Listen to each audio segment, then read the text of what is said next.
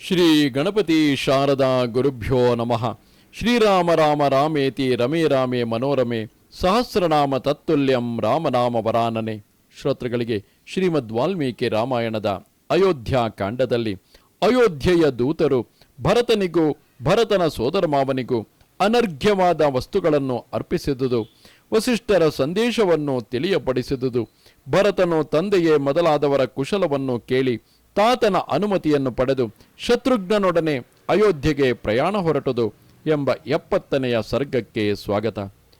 ಭರತೆ ಭ್ರುವತಿ ಸ್ವಪ್ನಂ ದೂತಾಸ್ತೆ ಕ್ರಾಂತವಾಹನಾಃ ಪ್ರವಿಶ್ಯ ಸಹ್ಯ ಪರಿಘಂ ರಮ್ಯಂ ರಾಜಗೃಹಂ ಪುರಂ ಸಮಾಗಮ್ಯತು ರಾಜ್ಞಾ ಚ ರಾಜಪುತ್ರೇಣ ಚಾರ್ಚಿತಾಃ ರಾಜ್ಞಃ ಪಾದೌ ಗೃಹೀತ್ವಾತು ತಮೋಚುರ್ಭರತಂ ವಚಃ.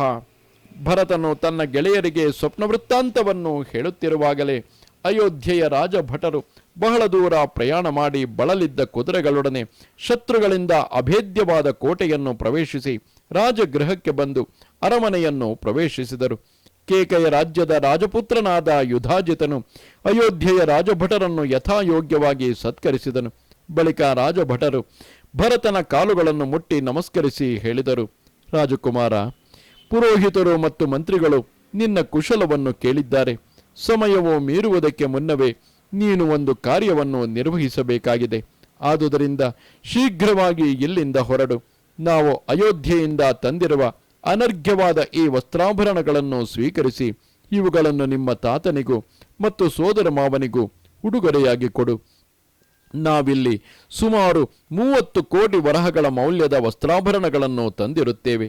ಅದರಲ್ಲಿ 20 ಕೋಟಿ ವರಹಗಳ ಮೌಲ್ಯದ ವಸ್ತುಗಳನ್ನು ನಿನ್ನ ಮಾತಾಮಹನಿಗೂ 10 ಕೋಟಿ ವರಹಗಳ ಮೌಲ್ಯದ ವಸ್ತುಗಳನ್ನು ಸೋದರ ಮಾವನಿಗೂ ಉಡುಗೊರೆಯಾಗಿ ಕೊಡು. ರಾಜಭಟರು ಹೀಗೆ ಹೇಳಲು ಸ್ವಜನರಲ್ಲಿ ವಿಶೇಷವಾಗಿ ಪ್ರೀತಿಯನ್ನಿಟ್ಟಿದ್ದ ಭರತನು ಅವರು ತಂದಿದ್ದ ಉಡುಗೊರೆಗಳನ್ನು ಸ್ವೀಕರಿಸಿ ಆ ಅನರ್ಘ್ಯವಾದ ವಸ್ತ್ರಾಭರಣಗಳನ್ನು ತಾತನಿಗೂ ಮತ್ತು ಸೋದರ ಮಾವನಿಗೂ ಅರ್ಪಿಸಿ ದೂತರನ್ನು ಯಥಾಯೋಗ್ಯವಾಗಿ ಸತ್ಕರಿಸಿ ಹೇಳಿದನು, ರಾಜಭಟರೇ, ನಮ್ಮ ತಂದೆಯಾದ ದಶರಥನು ಕುಶಲಿಯಾಗಿರುವನೇ? ಮಹಾತ್ಮರಾದ ರಾಮಲಕ್ಷ್ಮಣರು ನಿರೋಗ ದೃಢಕಾಯರಾಗಿರುವರೇ? ನನ್ನ ದೊಡ್ಡಮ್ಮನಾದ ಪೂಜ್ಯಳಾದ ಧರ್ಮದಲ್ಲಿಯೇ ನಿರತಳಾದ ಇತರರಲ್ಲಿ ಸದ್ಗುಣಗಳನ್ನೇ ಕಾಣುವ ಧೀಮಂತನಾದ ನಮ್ಮಣ್ಣನ ತಾಯಿಯಾದ ಕೌಸಲ್ಯಾದೇವಿಯು ಆರೋಗ್ಯದಿಂದ ಇರುವಳೆ? ಧರ್ಮಜ್ಞಳಾದ ಲಕ್ಷ್ಮಣ ಶತ್ರುಘ್ನರ ತಾಯಿಯಾದ ನನ್ನ ನಡು ತಾಯಿಯು ಆರೋಗ್ಯದಿಂದ ಇರುವಳೆ? ಸ್ವಾರ್ಥಿಯಾದ ತಾನೇ ಎಲ್ಲರಿಗಿಂತಲೂ ಪ್ರಾಜ್ಞಳೆಂದು ಭಾವಿಸಿಕೊಂಡಿರುವ ಹಠಮಾರಿಯೋ ಕೋಪಿಷ್ಠೆಯೋ ಆಗಿರುವ ನನ್ನ ತಾಯಿಯಾದ ಕೈಕೇಯಿಯು ಆರೋಗ್ಯವಾಗಿರುವಳೆ? ಅವಳು ನನಗೆ ಏನಾದರೂ ಹೇಳಿ ಕಳುಹಿಸಿರುವಳೆ? ಮಹಾತ್ಮನಾದ ಭರತನು ಹೀಗೆ ಪ್ರಶ್ನಿಸಲಾಗಿ ರಾಜಭಟರು ಸಂಕ್ಷೇಪವಾಗಿಯೂ ವಿನಯಯುಕ್ತವಾಗಿಯೂ ಇದ್ದ ಈ ಮಾತನ್ನು ಹೇಳಿದರು, ರಾಜಕುಮಾರ, ನೀನು ಯಾರ ಕುಶಲವನ್ನು ಪ್ರಶ್ನಿಸಿದೆಯೋ ಅವರೆಲ್ಲರೂ ಕುಶಲಿಗಳಾಗಿಯೇ ಇರುವರು. ಪದ್ಮಹಸ್ತಳಾದ ಮಹಾಲಕ್ಷ್ಮಿಯು ನಿನ್ನನ್ನು ವರಿಸಲು ಕಾದು ನಿಂತಿದ್ದಾಳೆ. ಪ್ರಯಾಣಕ್ಕೆ ನಿನ್ನ ರಥವು ಈಗಲೇ ಸಿದ್ಧವಾಗಲಿ. ಇಲ್ಲಿ ಪದ್ಮಹಸ್ತಳಾದ ಮಹಾಲಕ್ಷ್ಮಿಯು ಎಂದಾಗಲೇ ಭರತನಿಗೆ ಅನುಮಾನ ಮೂಡಿರಲೇಬೇಕು. ಏಕೆಂದರೆ ಹಿಂದೆಯೂ ಕೂಡ ಪುರೋಹಿತರು ಮಂತ್ರಿಗಳು ನಿನ್ನ ಕ್ಷೇಮವನ್ನು ವಿಚಾರಿಸಿದ್ದಾರೆ ಎಂದು ಹೇಳಿದರೆ ಹೊರತು ರಾಜನಾಗಲಿ ಹಾಗೂ ರಾಣಿಯರ ಪ್ರಸ್ತಾಪವಾಗಲಿ ಅಲ್ಲಿ ಇರಲೇ ಇಲ್ಲ. ಹಾಗೂ ಮುಂದುವರಿದು ಈಗ ಲಕ್ಷ್ಮಿಯು ಎಂದರೆ ರಾಜ್ಯಲಕ್ಷ್ಮಿಯು ವರಿಸಲಿದ್ದಾಳೆ ಎಂಬುದನ್ನು ಪರೋಕ್ಷವಾಗಿ ಹೇಳುತ್ತಿದ್ದಾರೆ.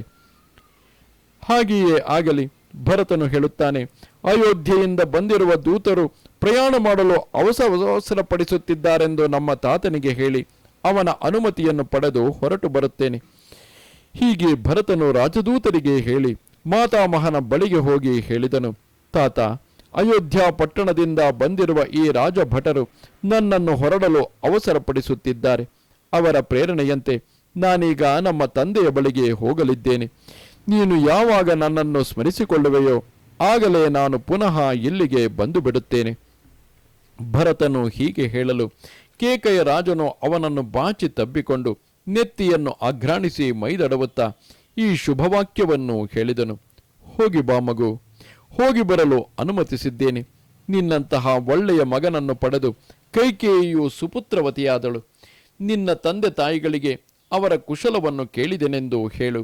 ಪುರೋಹಿತರಾದ ವಸಿಷ್ಠರಿಗೂ ಮತ್ತು ಅಲ್ಲಿರುವ ಇತರ ಬ್ರಾಹ್ಮಣೋತ್ತಮರಿಗೂ ಮಹಾಧನುಷ್ಮಂತರಾದ ನಿನ್ನ ಸಹೋದರರಾದ ರಾಮಲಕ್ಷ್ಮಣರಿಗೂ ನಾನು ಕುಶಲವನ್ನು ಕೇಳಿದೆನೆಂದು ಹೇಳು. ಕೇಕಯ ರಾಜನು ಹೀಗೆ ಹೇಳಿ ಮೊಮ್ಮಗನಿಗೆ ಆನೆಗಳನ್ನು, ಉತ್ತಮವಾದ ಮತ್ತು ಚಿತ್ರ ವಿಚಿತ್ರವಾದ ಉಣ್ಣೆಯ ಹೊದಿಕೆಗಳನ್ನು, ಕೃಷ್ಣಾಜಿನಗಳನ್ನು, ಹೇರಳವಾದ ಸಂಪತ್ತನ್ನು ಬಳುವಳಿಯಾಗಿ ಕೊಟ್ಟು ಸತ್ಕರಿಸಿದನು.